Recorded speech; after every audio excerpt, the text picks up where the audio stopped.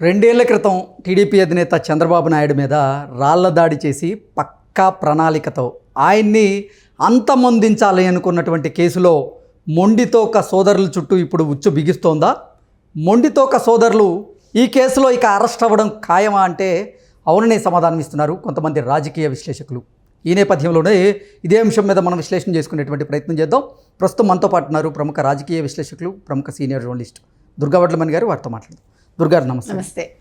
దుర్గారు, 2 ఏళ్ల క్రితం చంద్రబాబు గారి మీద రాళ్ల దాడి చేసి పక్కా ప్రణాళికతో ఆయన్ని అంతమొందించాలి అనుకున్న కేసులో మొండితోక సోదరులు అరెస్ట్ అవ్వడం ఖాయమని, ఇప్పుడు ఈ కేసు వారిద్దరి మెడకి చుట్టుకోబోతుంది అనేటువంటి వార్త ఇప్పుడు సోషల్ మీడియాలో చక్కర్లు కొడుతూ ఉంది. ఏంటి ఈ కేసులో ఏం జరుగుతుంది? అంటే మీరు చెప్పినట్టుగా వాళ్ళు నీరుగార్చిన కేసులన్నీ ఇప్పుడు తెర మీదకి వస్తున్నాయి.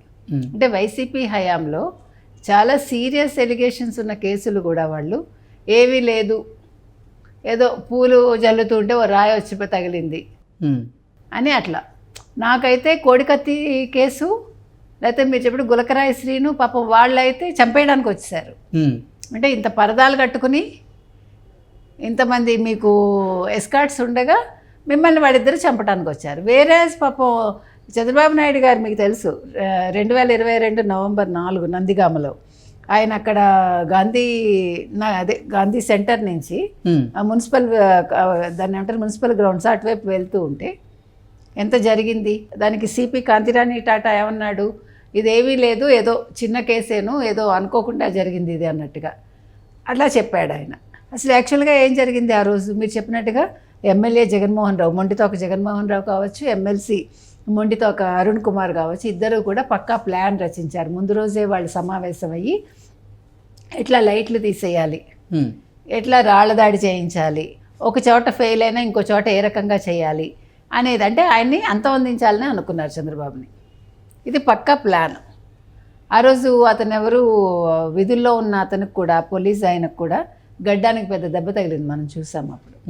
ఇవన్నీ కూడా వాళ్ళు ఏం చేశారంటే తెలుగుదేశం వాళ్ళు వీడియోలు ఇచ్చినా కూడా వాటిని పక్కకు పెట్టేశారు. అప్పుడు ఇవాళ అదే వీడియోల ఆధారంగా 17 మందిలో 4 అంటే 17 మంది నిందితులను పట్టుకున్నారు.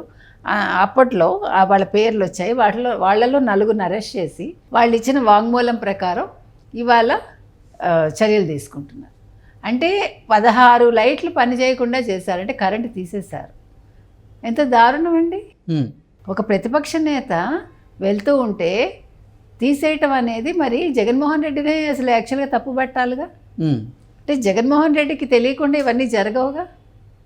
ఇప్పుడు మనం నిన్న చూసాము చంద్రబాబు నాయుడు గారు జైల్లో ఉన్నప్పుడు ఆ వీడియో క్లిప్పింగ్స్ అన్నీ జగన్మోహన్ రెడ్డికి ఎలా వెళ్ళాయి, ఆయన కూర్చుని ఎట్లా చూస్తూ ఎంజాయ్ చేశాడు, మరి అవన్నీ బయటకు వచ్చాయి. కాబట్టి అంటే జగన్మోహన్ రెడ్డి అనేవాడు ఎంత సీరియస్గా చంద్రబాబు నాయుడిని అంతం చేయాలనుకున్నాడు. 53 రోజుల అరెస్ట్ కావచ్చు, అంటే జైల్లో పెట్టడం కావచ్చు, లేదు ఇది కావచ్చు, ఇంకా ఎన్ని వాళ్ళు ప్రణాళికలు రచించారు. ఇప్పుడు మొండితోక సోదరుల మీద ఏ సెక్షన్ల కింద కేసు నమోదైంది, వారికి ఎటువంటి శిక్ష పడేటువంటి అవకాశం ఉంది, వారిని ఎప్పుడు అరెస్ట్ చేయబోతున్నారంటే ఏం చెప్తారు? ఏమండి ఇప్పుడు యాక్చువల్గా ఫస్ట్ వాళ్ళు 302 సెక్షన్ పెట్టారండి. కొత్తగా ఇంకా సెక్షన్స్ ఏం యాడ్ చేశారంటే 120, అంటే 120 ప్రకారం నేరపూర్తి కుట్ర, 147 అంటే 5 అంతకంటే ఎక్కువ మంది ఒక చోట గుమిగూడడం, తర్వాత 307 హత్యాయత్నం, 324 ప్రభుత్వ ఉద్యోగిపై దాడి చేసి గాయపరచడం, 353 అంటే మరి పోలీస్ ఆయనకు అయింది కదా, బాబురావు ఏదో ఆయన పేరు, 353 ప్రభుత్వ ఉద్యోగ విధులకు ఆటంకం కలిగించడం మొదలైనవి చేర్చారనమాట. అరెస్ట్ అయిన నిందితులు వచ్చి కన్నెగంటి సజ్జన్ రావు, తర్వాత బెజవాడ కార్తీకు, పరిమి కిషోరు, మార్తా శ్రీనివాసరావులట. వీళ్ళని తెల్లవారుజామున నందిగామలను కోర్టులో ప్రవేశపెడితే వాళ్ళకి 20,000 పూచీకత్తు మీద బెయిల్ అయితే ఇచ్చారు. ఇప్పుడు అయితే మీరు చెప్పినట్టుగా ఫస్ట్ పెట్టిన కేసు ఏదైతే ఉందో 324 ఆ సెక్షన్ కింద 7 ఏళ్ల లోపే జైలు శిక్ష పడుతుంది. మామూలుగా 7 ఏళ్ళు దాటాలి కదా, అంటే జగన్మోహన్ రెడ్డి కూడా చెప్తాడు కదా ఇది 7 ఏళ్ళు లోపే ఇది అని మొన్న కూడా మాట్లాడాడు కదా. అంటే ఆయన అన్ని సెక్షన్లు బట్టి పట్టేశాడు జగన్మోహన్ రెడ్డి.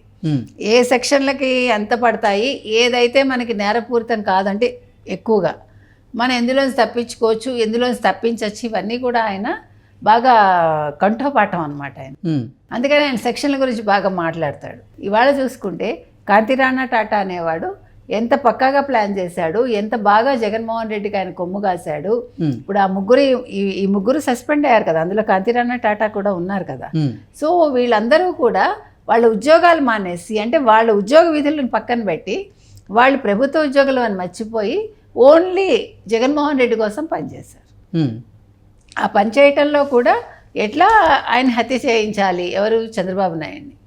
అంటే ఒక పోలీస్ ఆఫీసర్ అయి ఉండి నువ్వు ఈ రకంగా చేయటం ఎంతవరకు కరెక్ట్? అంటే నీకు సస్పెన్షన్ సరిపోదు ఈ లెక్కన.